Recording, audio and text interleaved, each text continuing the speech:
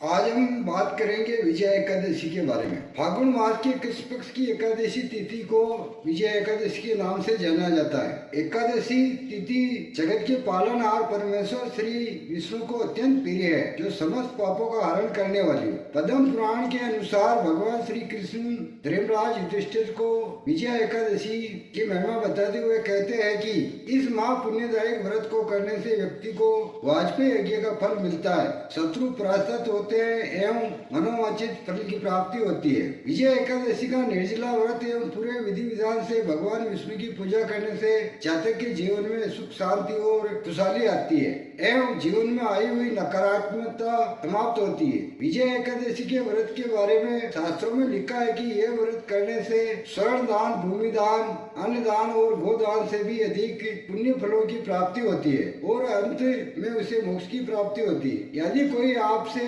शत्रुता रखता है तो विजय एकादशी का व्रत अवश्य करना चाहिए। पूजन विधि: इस दिन समस्त कामनाओं तथा तिथि दादियों के दाता क्षीर सागर में शेष सैया पर विराजमान भगवान श्री नारायण की उपासना करनी चाहिए। पूजा स्थल के ईशान कोण में एक वेदी बनाकर उस पर सप्त दान रखे एवं इस पर जल कलश स्थापित कर इसे आम या अशोक के पत्तों से सजाई। तत्पश्चात भगवान विष्णु की मूर्ति या तस्वीर स्थापित करें। पीले पुष्प, ऋतु फल, तुलसी पत्र आदि अर्पित कर धूप दीप एवं कपूर से भगवान विष्णु की आरती करें। इस दिन विष्णु के मंदिर में दीपदान करना बहुत शुभ माना गया। इस दिन श्री हरि भक्तों को पर निंदा, छल कपट, लालच, देश की भावना नहीं रखनी चाहिए। श्री नारायण को ध्यान में रखते हुए यथाशक्ति विष्णु के मंत्र ओम नमो भगवते वासुदेव का जप करना चाहिए। युधिष्ठिर ने पूछा, हे वासुदेव, फागुन मास के कृष्ण पक्ष में किस नाम की एकादशी होती है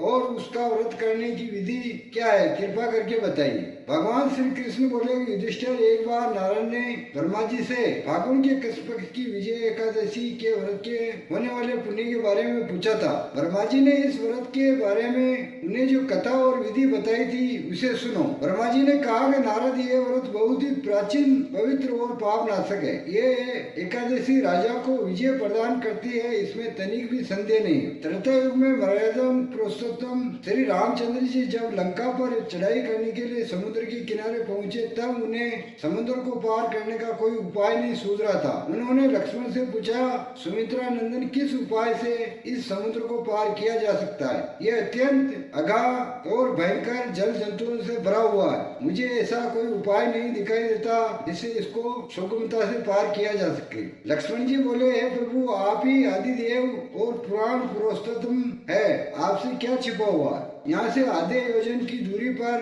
कुमार द्वीप में बकदापे नामक एक मुनि रहते हैं। आप उन प्राचीन मुनि के पास जाकर उनसे उनका उपाय पूछिए। श्री रामचंद्र जी माँ मुनि के आश्रम पूछे और उन्होंने श्री मुनि को प्रणाम किया। महर्षि ने प्रसन्न होकर श्री राम के आगमन का कारण पूछा। श्री राम जी बोले, ब्राह्मण, मैं लंका पर चढ़ाई करने के उद्देश्य से अपनी सेना सहित यहाँ आया हूँ। मुनि, अब किस प्रकार समुद्र पार किया जा सके, कृपा करके इसका उपाय बताइए। वक्रदालव्य मुनि ने कहा, हे राम जी, फागुन के कृष्ण पक्ष में जो एक विजय नाम की एकादशी होती है, उसका व्रत करने से आपकी विजय होगी। निश्चित ही आप अपनी वानर सेना के साथ समुद्र को पार कर लेंगे। राजन, अब इस व्रत की फलदायी विधि सुनिए। दशमी के दिन सोने, चांदी, तांबे अथवा मिट्टी का एक कलश स्थापित कर उस पर जल से भरकर उसमें फल डाल दे। उसके ऊपर भगवान नारायण के स्वर्णमयी विग्रह की स्थापना करे। फिर एकादशी के दिन प्रातः काल स्नान करके कलश को पुनः स्थापित करें। माला, चंदन, सुपारी तथा नारियल आदि के द्वारा विशेष रूप से पूजन करें। कलश के ऊपर सप्त धातु और जो रखे, गंध, धूप, दीप और भांति भांति के 9 यज्ञ से पूजन करें। कलश के सामने बैठकर उत्तम कथा वार्ता आदि के द्वारा सारा दिन व्यतीत करें और रात में भी वहाँ जागरण करें। अखंड व्रत की सिद्धि के लिए घी का दीपक जलाइए। फिर द्वादशी के दिन सूर्योदय होने पर उस कलश को किसी जलाशय के समीप, नदी, झरने या पोखर के तट पर स्थापित करें और उसकी विधि विधान से पूजा करके देव प्रतिमा सहित उस कलश को वेद वेत्ता ब्राह्मण के लिए दान कर दे। कलश के साथ ही और भी बड़े बड़े दान करने चाहिए। श्री राम, आप अपने सेनापतियों के साथ इस विधि से प्रयत्न पूर्वक विजय का व्रत कीजिए, इससे आपकी विजय होगी। ब्रह्मा जी कहते हैं कि नारद ये सुनकर श्री रामचंद्र जी ने मुनि के कथनानुसार उस समय विजय एकादशी का व्रत किया। उस व्रत के करने से श्री राम जी विजय हुए। उन्होंने संग्राम में रावण को मार डाला और लंका पर विजय पाई और सीता को प्राप्त किया। बेटा, जो मनुष्य इस विधि से व्रत करते हैं उन्हें इस लोक में विजय प्राप्त होती है और उनका परलोक भी अक्षय बना रहता है। श्री भगवान कहते हैं कि युधिष्ठिर, इस कारण विजय का व्रत करना चाहिए। इस प्रसंग को सुनने और पढ़ने से वाजपेयी यज्ञ का फल मिलता है। विजय एकादशी व्रत के बारे में शास्त्रों में लिखा है कि यह व्रत करने से स्वर्ण दान, भूमि दान, अन्नदान, गोदान से अधिक पुण्य फलों की प्राप्ति होती है और अंत में उसे मोक्ष की प्राप्ति होती है। धन्यवाद।